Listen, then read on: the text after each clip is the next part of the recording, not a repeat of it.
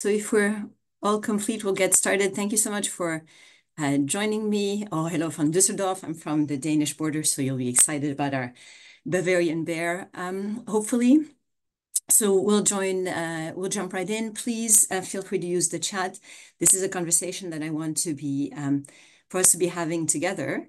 Today I'm going to be talking about this teddy bear, and it came into my life in the following ways. So I'm half French, half German. My parents separated, and my father had a new girlfriend. And when I met them, they had this teddy bear through which they communicated. So today I want to tell you this story, a little bit what it teaches us about triangulation and its risk, but also maybe what we can learn together. So for those of you who cannot access the screen, I'm a 55-year-old white female, and on the screen was a photo of the teddy bear dressed in his Bavarian outfit, and also now a cutout of both of my parents, so my stepmother and my father, and the teddy bear, which is hanging in their home in Germany. These two individuals, I think we would probably describe, and the family would probably describe them as relatively difficult. They had a good reason to be difficult. They were both born in 1930 in Germany, very, very challenging teenage years. Of course, neither of them got to finish school. After the war, they left and made a living. They also both happen to be Capricorns, and I love all of you Capricorns and all of you non-Capricorns, but they were kind of straight up Capricorns, so extremely stubborn, could be quite emotional, very demanding, and if you didn't meet their standards, then things didn't go well. Lo and behold, early in their relationship, they were both in doing development work. They used to order, now we all order online. We used to order sort of through big shipments every 6 months. And in this shipment of goods from Germany comes a marketing teddy bear. And my father, who is absolutely very serious, he has a sense of humor, but he could be limited, picks up the teddy bear and gives it to the woman he was dating at the time. She hadn't had children. They sort of bonded over that teddy bear. A few months later, my father sort of musters up the courage to introduce me to this woman, and I go to the home that they had then started to share, and I observed that they were communicating through the teddy bear. So, can imagine, I thought it was absolutely very, very bizarre. And not only does she have one teddy bear, but she has very many teddy bears. So the way that they triangulated through this teddy bear would be that, she would come down, the teddy bear would be on the couch, and she would come down and say, Hardy, which is his name, I'm really sad because I had asked, your daddy to take out the trash yesterday, and he didn't. And, when he does this, it really makes me feel sad. And then, my father was usually within earshot. If he wasn't, then she would wait until he was in earshot. And then a few minutes later, he would sort of come trundling along and he would say, Hadi, if your mom had asked me nicely yesterday, then I would have taken out the trash, I would have done the dishes, but sometimes I really feel that she takes me for granted. So you can imagine my 16-year-old self saying, what the actual, I guess we cannot swear on Medium. And over the years, I sort of noticed how they used this teddy bear, not just to communicate in person, but the teddy bear would start writing letters. So on the left of the screen, there's a letter that Hadi has written to my father to thank him for the new television. Sometimes Hadi would also write a letter saying, I'm really worried about my mom because she's not doing well. So they could signal to each other depressive phases without sort of coming out and say it. But then he also had a passport, which was phenomenal because then he could travel and do his job sort of as an intermediary there. So this is kind of a classic triangulation, looking back, 40 years later, I work at a business school. I think a lot about relationships and how work gets done. And I was like, wow, they had really created a triangle.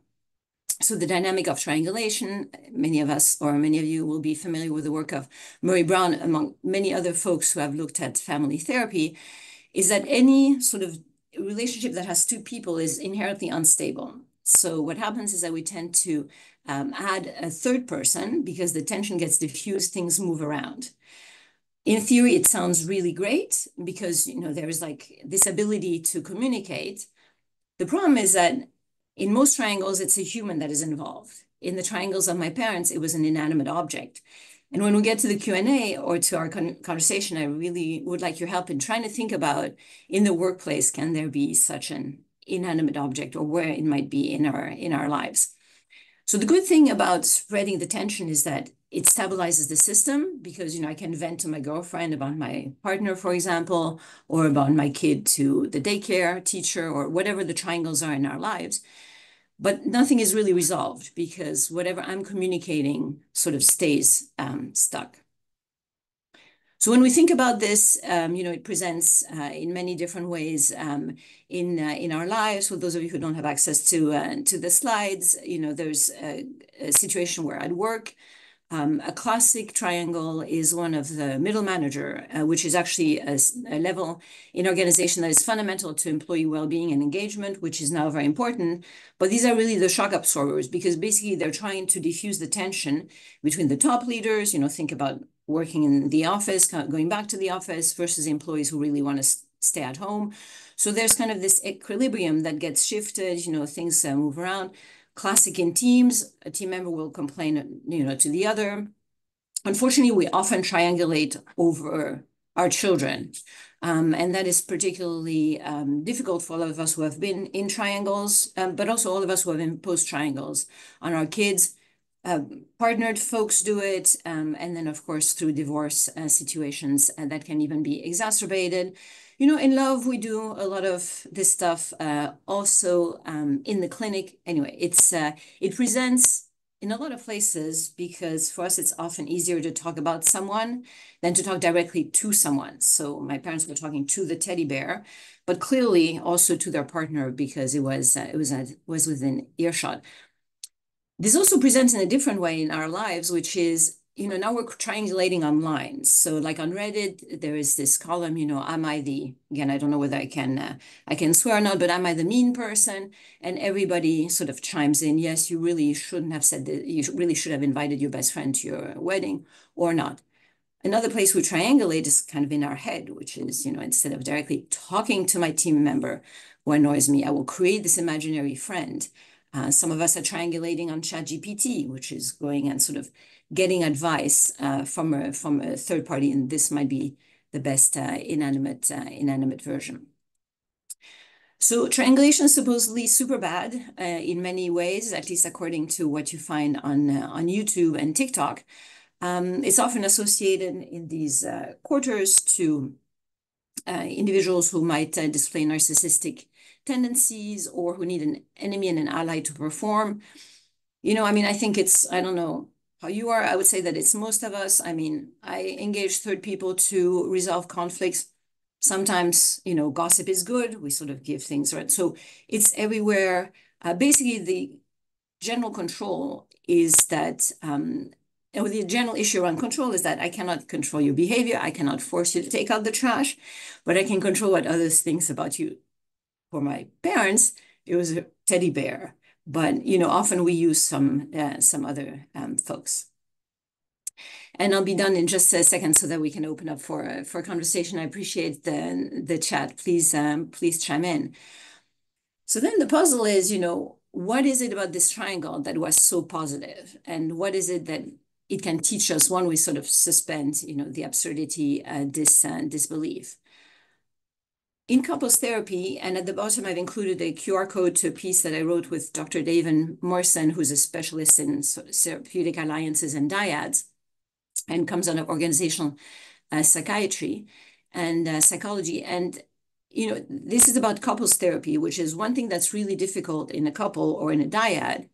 And think about a manager report is for us to ask what we want and also to listen to criticism. So often what happens is that if somebody asks me for what they want, I might interpret it as criticism because maybe what it is that they want is that for me to be more responsive to their needs or for me to stop gesticulating on Zoom or whatever it may be.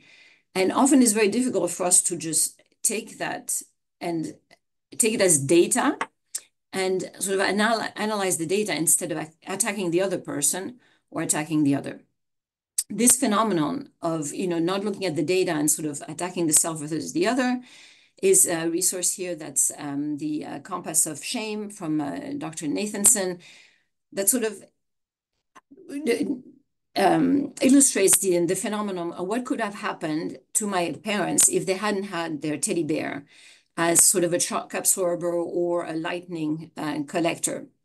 My stepmother could have been very aggressive to my father. She could also have attacked the self, which is to say, I never could marry, nobody loves me. He doesn't take out the trash because he doesn't respect me. So attack the self. They were kind of attacking the data, which is what is actually the data. My father didn't take out the trash. Okay. Maybe she was a little aggressive about asking. Probably okay. And together they found a way to sort of surface this without attacking each other or the self. The other classic framework here that I just wanted to share rapidly is the drama triangle. So in these triangles, while tension is diffused, there are also roles that get taken. So my father could have taken the role of the victim. She could have taken the role of the persecutor. And often the third role is that of the rescuer. In my sort of story, the teddy bear is the rescuer, but often the rescuer is a human.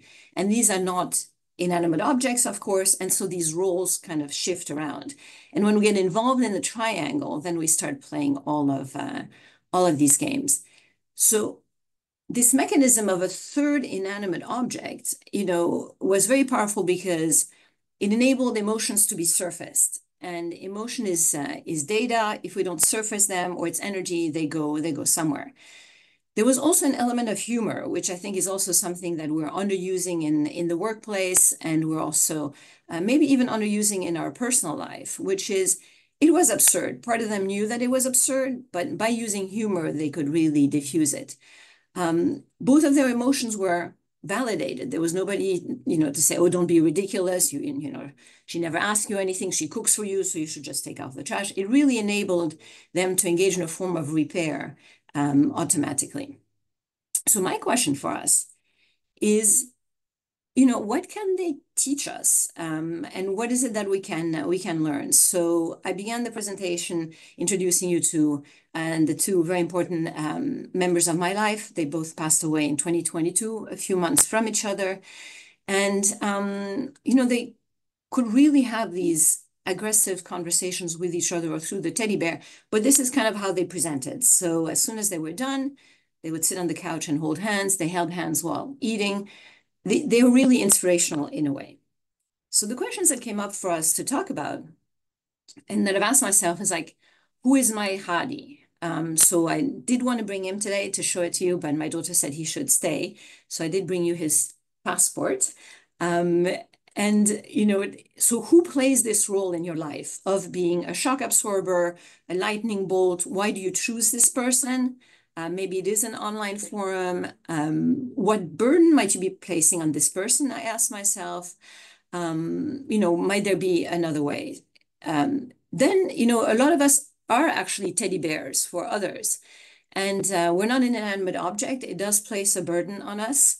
And to think about, when I think about places where I might be in a triangle, why am I being a Hardy and to whom in this situation? Then back to, the triangulation in our head, maybe we can create a Hardy in our heads, which is, and we probably do, there's a lot of self-talk, self-compassion. We're actually constantly triangulating in our head, which is, instead of saying something to someone, we'll be like, well, if he had only or she had only. So this kind of talking about someone to ourselves, maybe creating sort of a triangle where what would I say to an inanimate object before saying it to your report or your manager might be helpful. And my question then in general is, what are Hardy equivalents in your life or in our lives in general that could help us have conversations that feel more open, that feel more honest, but also find a way for emotions to be expressed before they start to be a little bit over the top as we seem to be experiencing in many places of our lives. So Thank you for coming on this journey with me for the teddy bear. I will stop sharing so that we can see each other, and I look forward to hearing from you. So I'll read the chat. Journaling, yes, absolutely. I think that's one way of triangulating. That doesn't get to the other person though. So how would you think, could it be you wouldn't be able to have an anonymous journal, but maybe in the workplace, there could be a way to think about a resource that is anonymous. There's a company called Whisply. They tend to be for individuals that are reporting abuse, but that can also be a place where people can come together and share ideas. Oh, when did the teddy? So I think that the teddy helped at many levels. Thank you, David. So first, it was something that they had in common. It was an liminal object or something that enabled them to create a third space in a couple that was retired. So they were sort of stuck with each other. So I think the teddy helped in creating a presence. It created a source of entertainment and humor. He got dressed every day, and there was always a story about the clothing. So it provided an occupation. I really do think that it provided a way to talk to each other. I think where it didn't help is that part of me feels that it would have been better if they had been able to communicate this with each other. But I think in their situation, at their age, in their lifetime, I'm not sure that they had some of the tools that now we have through all the access that we have through psychology, all the research that has since been done.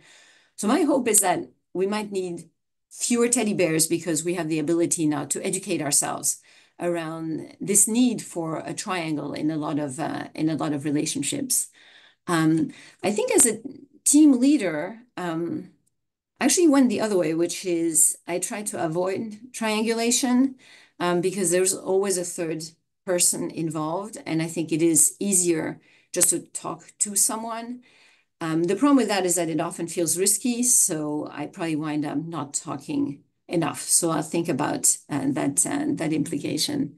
Any other questions? Yes, please. Any questions or comments?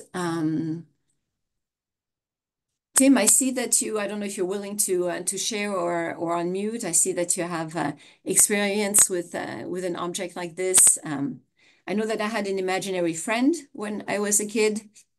I think a lot of kids that come out of separated families or tend to have also an imaginary friend. So that would be another example. I think another thing to think about is, why does it feel so hard to express what we need and then have others express for it? And a session that I attended before was about social media and conversations online and how everything seems to feel so fraught and how difficult it is for individuals to find places where they can talk to each other. So maybe being a Hardy is also practicing being there for others as a neutral vessel. He wasn't trying to solve anything. He wasn't trying to be right. He wasn't trying to impress you with anything that he knew. He really just wanted to be there and hear what was happening. Tim, I appreciate your coming on. Please tell us your story. Yeah, me and my partner talk a lot about this because I've been collecting stuffed animals for most of my life. And it's interesting because if you were to meet me and see me and interact with me, you would not think I was the sort of person that collected stuffed animals. But Mm-hmm. I very much am because I believe that you're right. There is a power to this. There's something that can and should be harnessed for therapeutic reasons and just day-to-day wellness and mental health. The family member, I have a family member, an in-law, who suffers from something. It's becoming more and more of a thing called morning rage. Mm. Morning rage is a condition. I'm actually writing a piece about this, believe it or not. Uh, it, Super. it was kind of amazing when I saw your session. I'm like, this is directly related to it. So Wonderful. morning rage is a condition that Everybody's probably seen it. You may even suffer from it. Now you know what it's called. It's usually fueled by uh, anger baiting headlines and social media and that sort of thing. So after you get up, you get online and you see this political party is screwing everything up, and that business is just they're killing us all, that sort of thing. Mhm. So anyway, combine that with a stimulant.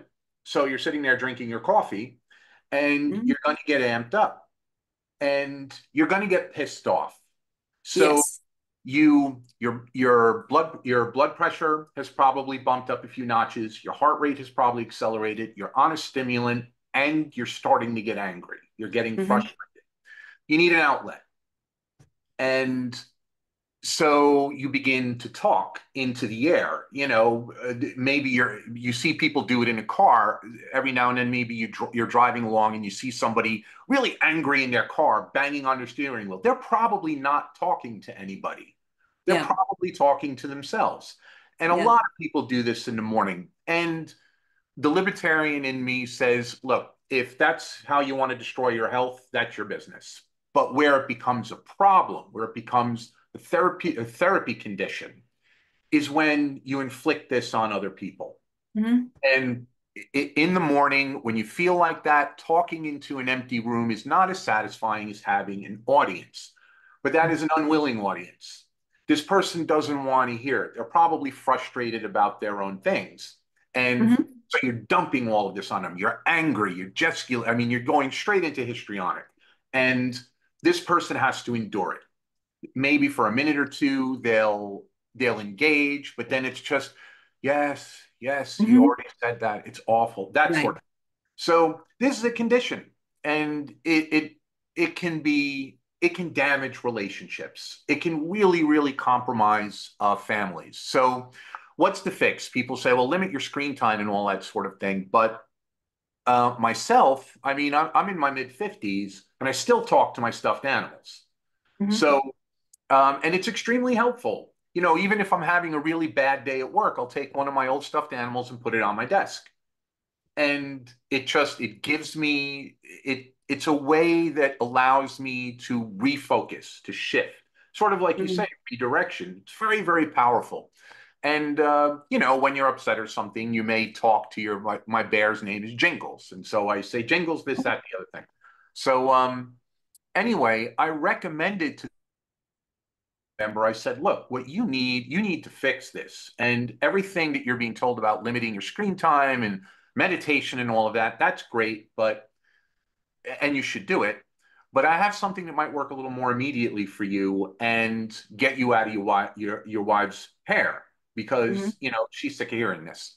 So I said, do you have any stuffed animals? He goes, yeah, I've got a couple of old ones in the basement. I said, pull them out and put them on your desk. And when this Hmm. happens, do it to them. Set them up on the couch and go through your whole little speech. Let it out. Yeah. Give it to your animals. And so he said, you know something?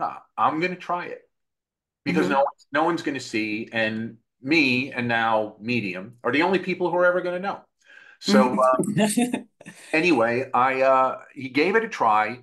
And over time, he said, I even talked to my therapist about it. My therapist said, that's a great idea. Hmm.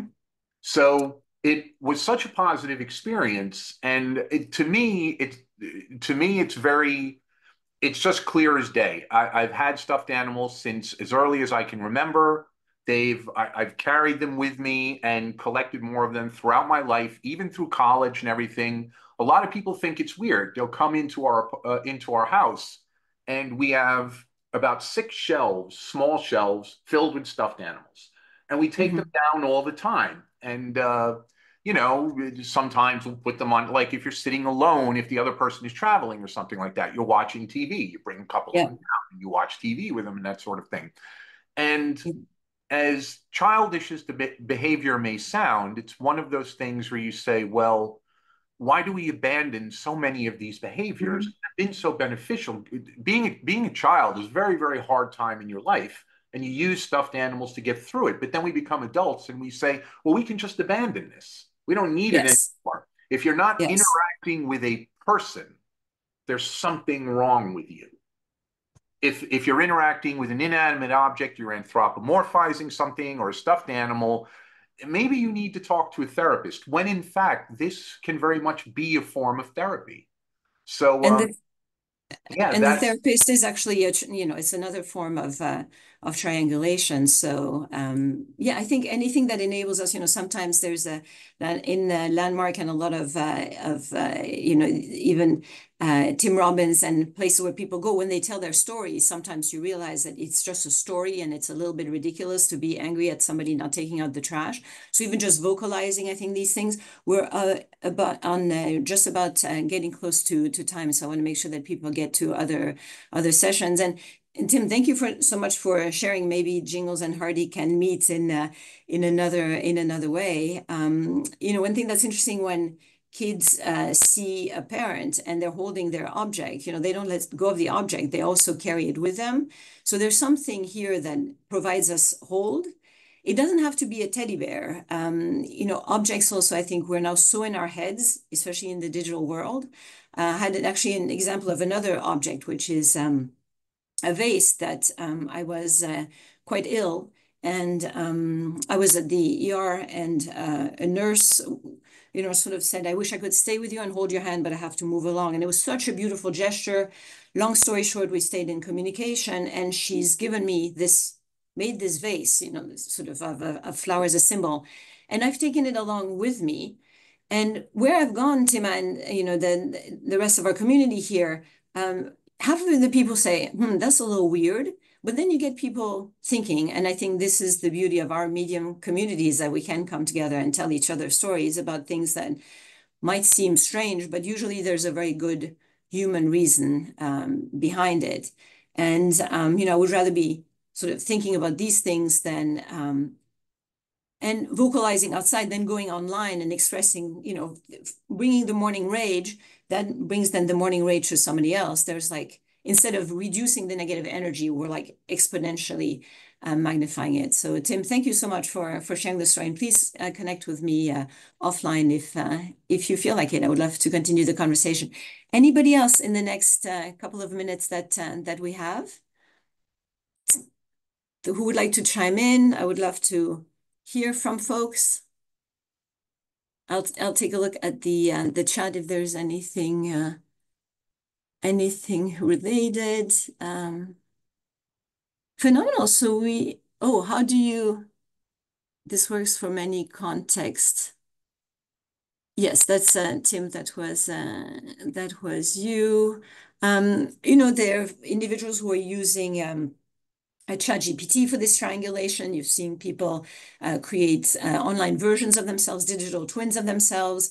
So if my parents were young today, they could maybe create digital twins of each other. You could upload their letters, learn about the conflict management on either side, and then go on, instead of consulting Hardy Bär, go on and practice and say, I would like to communicate to Karen that it's really important to me that she take out the trash. What would be a good way to approach it? How do I adapt my communication to this person? I think it's also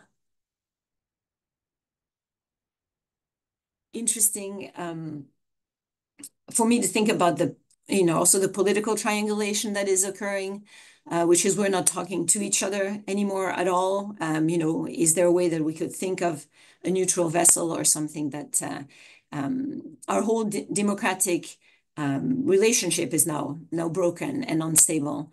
And so maybe there's a larger here political dimension. Religious intermediaries, that's absolutely fascinating. So I should add that in. How do you see priests? Yes, so confession, I guess, in a way, enables you to vocalize and reflect also on your own role.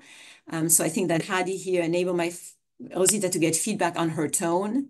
But that's an excellent point. We can add it. And phenomenal. So we are right on time. I'm so very grateful that you joined me today. Please think of the Hardys in your life, reach out and tell them that you care for them and appreciate their service. And please reach out to me on Medium or LinkedIn, and be very well. Goodbye, everybody.